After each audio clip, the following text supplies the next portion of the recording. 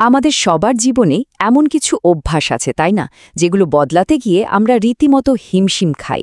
কিন্তু কি হবে যদি বলি এই পরিবর্তনের চাবিকাঠিটা আসলে আমাদের নিজেদের ভেতরেই আছে, একটা বিশেষ ধরনের কথোপকথনের মধ্যে লুকিয়ে আছে? চলুন আজ আমরা সেই পদ্ধতিটাই আবিষ্কার করি, যা আমাদের মনের ভেতরের চালিকা শক্তিকে নতুন করে সাজাতে পারে। কখনো কি ভেবে দেখেছেন, আমাদের যে অভ্যাসগুলোকে আমরা সবচেয়ে খারাপ বলে মনে করি, সেটা হতে পারে হঠাৎ রেগে যাওয়া বা কোনো কাজ ফেলে রাখা কিংবা অন্য কোনো আসক্তি, এগুলো আসলে শুধুই আমাদের ভুল নয়। কি হবে যদি জানতে পারি যে এগুলোর প্রত্যেকটার পেছনে একটা ভালো উদ্দেশ্য লুকিয়ে আছে, একটা উদ্দেশ্য যা হয়তো আমাদের নিজেদের অজান্তেই আমাদের রক্ষা করতে চাইছে? আমাদের মনের ভেতরে আসলে সবসময় একটা দড়ি টানাটানির মতো চলে। মনের একটা অংশ হয়তো মরিয়া হয়ে ধূমপান ছাড়তে চাইছে বা চাইছে সময়ের কাজ সময় করতে, কিন্তু মনেরই আরেকটা অংশ, চলুন একে আমরা আপাতত অংশ এক্স বলে ডাকি, সে কোনো একটা গোপন কারণে, একটা ভালো কারণে এই পুরনো অভ্যাসটাকেই আঁকড়ে ধরে রাখতে চায়। তো এখন কি করা যায়? এই যে মনের একটা অংশ বাধা দিচ্ছে, তার সাথে কি যুদ্ধ করবেন, নাকি তার সাথে বন্ধুত্ব পাতানোর চেষ্টা করবেন, তাকে বোঝার চেষ্টা করবেন? এই পদ্ধতির আসল সৌন্দর্যটা ঠিক এখানেই, লড়াই নয়, বড় সমঝোতা। এই কৌশলটা আসলে এক ধরনের কূটনৈতিক আলোচনা, কোনো যুদ্ধ নয়। এটা আমাদের মনের অনেক গভীরে গিয়ে কাজ করে, আমাদের মূল বিশ্বাসগুলোকে স্পর্শ করে আর এমন একটা পরিবর্তন আনে যা সত্যি দীর্ঘস্থায়ী হয়। চলুন তাহলে এই ভীষণ গুরুত্বপূর্ণ ভেতরের আলোচনাটা আমরা ঠিক কিভাবে করতে পারি তার একটা স্পষ্ট রোডম্যাপ দেখে নেওয়া যাক। এই ভেতরের কথোপকথনটা মোট ৬টা ধাপে সাজানো হয়েছে। ভাবা যেতে পারে এই ৬টা ধাপ হল ৬টা সিঁড়ি, যা বেয়ে আমরা আমাদের যে কোনো পুরনো অভ্যাসকে একটা নতুন ইতিবাচক রূপ দিতে পারব। আচ্ছা, প্রথম পর্যায়ের মূল লক্ষ্যটা হল যে অভ্যাসটা আমাদের সমস্যায় ফেলছে তার জন্য দায়ী মনের অংশটার সাথে যোগাযোগ করা, আর তার আসল উদ্দেশ্যটা ঠিক কী সেটা খুঁজে বের করা। তো কাজটা শুরু হবে দুটো খুব সহজ পদক্ষেপ দিয়ে। প্রথমে ঠিক কোন অভ্যাসটা বদলাতে চান সেটাকে একদম পরিষ্কারভাবে চিহ্নিত করুন। এরপর একটা শান্ত জায়গায় বসে খুব সম্মানের সাথে মনের সেই অংশটাকে আমন্ত্রণ জানান তার সাথে কথা বলার জন্য। এবার আসছে সবচেয়ে গুরুত্বপূর্ণ প্রশ্নটা। মনের ভেতরে খুব নরম আর বন্ধুত্বপূর্ণ একটা সুরে নিজেকে জিজ্ঞেস করতে হবে, আমার এই আচরণের পিছনে তোমার আসল ভালো উদ্দেশ্যটা কি?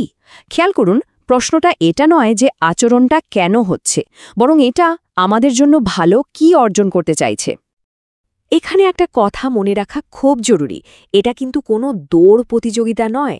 আমাদের অবচেতন মন উত্তর দিতে হয়তো একটু সময় নিতে পারে, তাই খোলা মন নিয়ে অপেক্ষা করাটা খুব দরকারি। উত্তরটা হয়তো সাথে সাথেই চলে আসবে বা কয়েক ঘন্টা পর, এমনকি স্বপ্নেও আসতে পারে। ধরুন প্রথম উত্তরটা এলো, যাতে আমি মানসিক চাপে না থাকি। এটা শুনতে একটু নেতিবাচক লাগছে, তাই না? এখান থেকে আসল কাজটা শুরু। নিজেকে আবার প্রশ্ন করতে হবে, আচ্ছা, সেই চাপ থেকে মুক্তি পেয়ে তুমি আসলে আমার জন্য কি চাও? দেখবেন এই প্রশ্নের উত্তরটা স্বাস্থ্য বা শান্তির মতো কোনো একটা গভীর এবং ইতিবাচক উদ্দেশ্য হবে। উদ্দেশ্য তো খুঁজে পাওয়া গেল, এবার তাহলে দ্বিতীয় পর্যায়ে আসা যাক।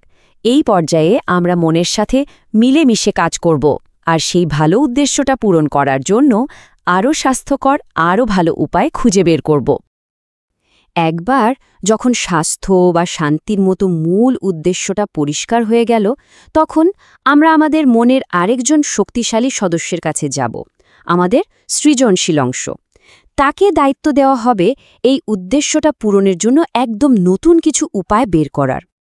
আমাদের সৃজনশীল অংশটা হয়তো জগিং করতে যাওয়া, সম্পর্কগুলো আরও ভালো করা বা মেডিটেশন শেখার মতো দারুণ সব আইডিয়া দিতে পারে।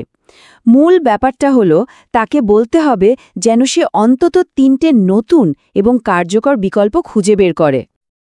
আলোচনার এই ধাপটা কিন্তু খুব গুরুত্বপূর্ণ। এই নতুন আইডিয়াগুলো আবার সেই পুরনো অংশটার কাছে, মানে অংশ এক্সের কাছে অনুমোদনের জন্য নিয়ে যেতে হবে। যদি সে কোনো একটা আইডিয়া শুনে রাজি না হয়, তাহলে সেটা বাদ। সৃজনশীল অংশকে তখন আরও নতুন উপায় খুঁজতে হবে। আর এটা হলো আমাদের শেষ ধাপ, চূড়ান্ত রক্ষা কবচ। একে বলা হয় ইকোলজি চেক, মানে যে নতুন অভ্যাসটা বেছে নেওয়া হলো সেটা আমাদের জীবনের অন্য কোনো দিকে আবার নতুন কোনো সমস্যা তৈরি করবে না তো? পরিবর্তনটা সব মিলিয়ে আমাদের ভালোর জন্যই হতে হবে। বেশ, পুরো প্রক্রিয়াটা তো বোঝা গেল। চলুন এবার এক নজরে দেখে নিই আমরা বাস্তবে এটা কিভাবে কাজে লাগাতে পারি। দেখুন, পুরো ৬টা ধাপ আসলে এই চেকলিস্টার মধ্যেই আছে। আজই শুরু করে দেওয়া যায় নিজের ভেতরের এই কথোপকথন। মূল লক্ষ্য হল এমন অন্তত ৩টে নতুন অনুমোদিত আচরণ খুঁজে বের করা, যেগুলো আমাদের পুরনো সেই ভালো উদ্দেশ্যটাকেই পূরণ করবে, কিন্তু আরও স্বাস্থ্যকর উপায়ে। শেষ করার আগে এই শক্তিশালী কথাটা একবার ভাবা যাক। এটা আমাদের মনে করিয়ে দেয় যে নিজেকে বোঝা আর নিজেকে বদলানোর সবচেয়ে বড় ক্ষমতাটা আসলে আমাদের নিজেদের ভেতরেই লুকিয়ে আছে।